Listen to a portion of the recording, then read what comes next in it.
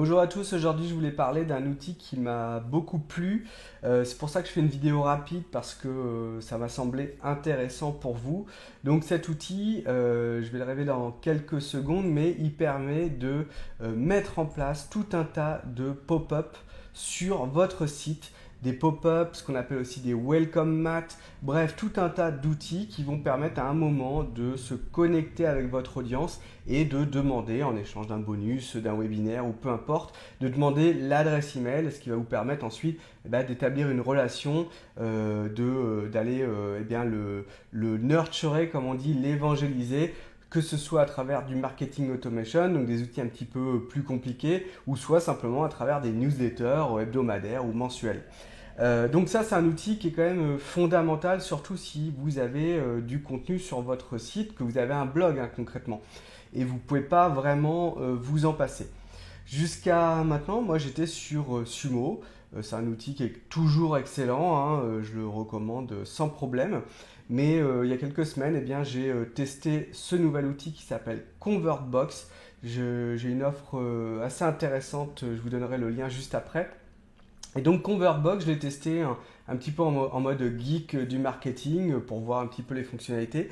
Et puis, qu'est-ce que je me suis dit? Tout simplement, je me suis dit, je vais transférer toutes mes pop-ups sur ce nouvel outil. J'ai trouvé ça tellement sympa, tellement bien fait, et puis avec quelques avantages quand même non négligeables sur Sumo, notamment le fait que c'est pas un abonnement contrairement à Sumo, c'est vous payez une fois et ensuite c'est réglé. Et ensuite, il y a quelques fonctionnalités que Sumo n'a pas, donc ça m'a décidé à passer sur ConvertBox. Alors, en quoi l'outil est intéressant? Donc, ConvertBox, c'est tout bête, c'est un outil qui permet, je vais essayer de faire une fausse pop-up. Donc, paf, je mets ça dans mon groupe Math. Donc, c'est un outil qui va vous permettre de créer soit des barres en haut de votre site. Vous savez, les petites barres qui vous suivent dans votre lecture. Donc ça, c'est pas mon outil favori, mais ça peut servir pour demander un passage à l'action. Ça permet également de mettre des modales, donc en bas à droite, un petit peu comme mon outil de chat, là, de demander l'email. Ça permet aussi de faire des pop-up classiques et de faire ce qu'on appelle des welcome mats, donc des full page. C'est-à-dire qu'on va demander sur toute la page, on va prendre l'intégralité de la page web pour demander l'email. C'est bien sûr plus intrusif, mais c'est aussi beaucoup plus efficace en termes de taux de conversion. Et puis sinon, vous avez la pop-up classique. Vous allez aussi pouvoir mettre soit des bannières, soit des formulaires, soit des choses carrément directement dans vos articles de blog pour aller demander l'email de vos visiteurs. Donc je vais tenter un truc tout simple, je vais mettre la pop-up là. Et vous voyez qu'un truc sympa, c'est que déjà, il y a des modèles très très sympathiques, très bien faits, je trouve. En tout cas, moi, ils me conviennent. Et on peut faire du contenu riche, c'est-à-dire qu'on peut mettre des vidéos. On peut mettre également, là c'est un exemple, on peut mettre également des scénarios. C'est-à-dire qu'au lieu de dire, vous voulez télécharger l'e-book, je ne sais pas, mieux dormir ce soir ou devenir un vrai consultant, peu importe, on va pouvoir faire des scénarios et donc avoir des questionnaires et les segmenter. Donc, c'est-à-dire qu'à chaque fois qu'on va récolter une réponse, on va pouvoir lui mettre un tag ou le mettre dans une liste spécifique de votre outil d'emailing. Ça, c'est intéressant parce que ça permet déjà de segmenter avant même d'avoir l'email. Alors, je vais essayer d'en faire un. Donc, il y a un éditeur pour construire de zéro votre pop-up, mais bon, le plus facile, c'est quand même de partir de quelque chose qui existe déjà. Donc là, voilà, vous allez pouvoir mettre vos photos, déplacer, ok, je veux pas que ça soit là, je veux que ce soit plus bas, je veux que ce soit plus gros. Bon, c'est quand même super détaillé, vous ferez vraiment sans trop de problèmes la pop-up de vos rêves. On peut même mettre de l'HTML, bref, des images, des timers en temps réel. Est-ce que ça fait quoi? Tac, je vais même pas tester. Donc voilà, dire qu'il reste X minutes avant que ça expire ou pour un webinaire par exemple. On peut gérer la version mobile, on peut faire des tests AB, donc c'est-à-dire qu'on peut tester si cette pop-up là marche mieux avec ce titre là ou un autre titre, ou avec l'image d'un gars ou l'image d'une femme, avec un bouton, avec tel call to action. Donc c'est assez sympa, on va pouvoir comment dire, valider en temps réel que tel pop-up fonctionne mieux qu'une autre. Ensuite, là, pour le marketeur que je suis, c'est vraiment excellent. On va pouvoir dire quand est-ce que la pop-up se déclenche. Est-ce qu'elle se déclenche avec un certain un timer, donc au bout de 5 secondes, une minute, ce que vous voulez.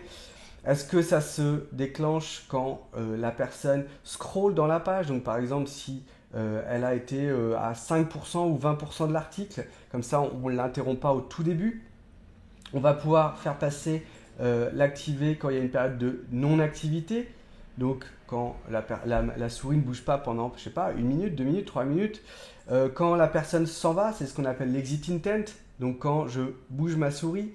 Et puis aussi quand quelqu'un clique un lien sur une page. Donc par exemple là je l'ai installé sur une image. Je fais apparaître la pop-up quand on clique sur l'image. J'aurais pu le faire sur un lien comme celui-ci. Forcément, on a des taux de conversion énormes parce que les gens pensent qu'ils vont télécharger, mais en fait, il faut laisser leur email. Ça fait une sorte de gate, comme on dit, de porte avant qu'on puisse donner le bonus. Donc, ensuite, on peut faire jouer sur la fréquence, on peut jouer sur le lieu, où est-ce qu'on veut faire apparaître ou ne pas faire apparaître notre pop-up, sur certaines pages spécifiques ou pas. Et puis ensuite, on a le targeting. Alors là, pareil, il y a vraiment des trucs de fou. On peut faire apparaître en fonction du nombre de pages vues. Si l'utilisateur a vu plus de 4 pages vues, une page vue, est-ce qu'il est sur mobile ou sur desktop, est-ce qu'il n'a pas visité une page, par exemple on peut dire s'il a vu ma page X mais pas ma page Y, et on peut le connecter à votre outil d'emailing et du coup dire bah moi si la personne est déjà sur une liste de mon outil d'automation, eh bien je ne veux pas lui remettre des pop-up parce qu'il est déjà abonné. Donc vraiment, il y a des choses vraiment très sympas qui vont vous permettre d'affiner et de savoir très exactement où vous faites apparaître. Donc après, il suffit de mettre active. Vous avez un petit code à mettre sur votre site et derrière, bah, ça va être visible dans la minute en fait. Là, je vais faire exit pour pas la valider. Donc, par exemple, yesterday, 67 leads. Last 7 days, ok, là c'est 644 emails, donc assez sympa. Moi j'ai mis une segmentation en fonction des pages de mon site. Vous n'êtes pas obligé d'aller aussi loin. Et puis là j'ai des petites pop-up un peu comportementales, par exemple quand la personne s'en va, ou quand elle clique sur une bannière, ou quand c'est des abonnés justement. Si c'est des abonnés à ma liste email, bah, je vais leur proposer un entretien de découverte avec moi. Qu'est-ce qu'il y a que je peux vous montrer également? Bon, il y a un suivi statistique qui est assez sympa, qui permet de dire quels pop-up ont fonctionné bien et comment les optimiser petit à petit. Ah oui, on peut regarder sur l'A/B test aussi, ça c'est sympa.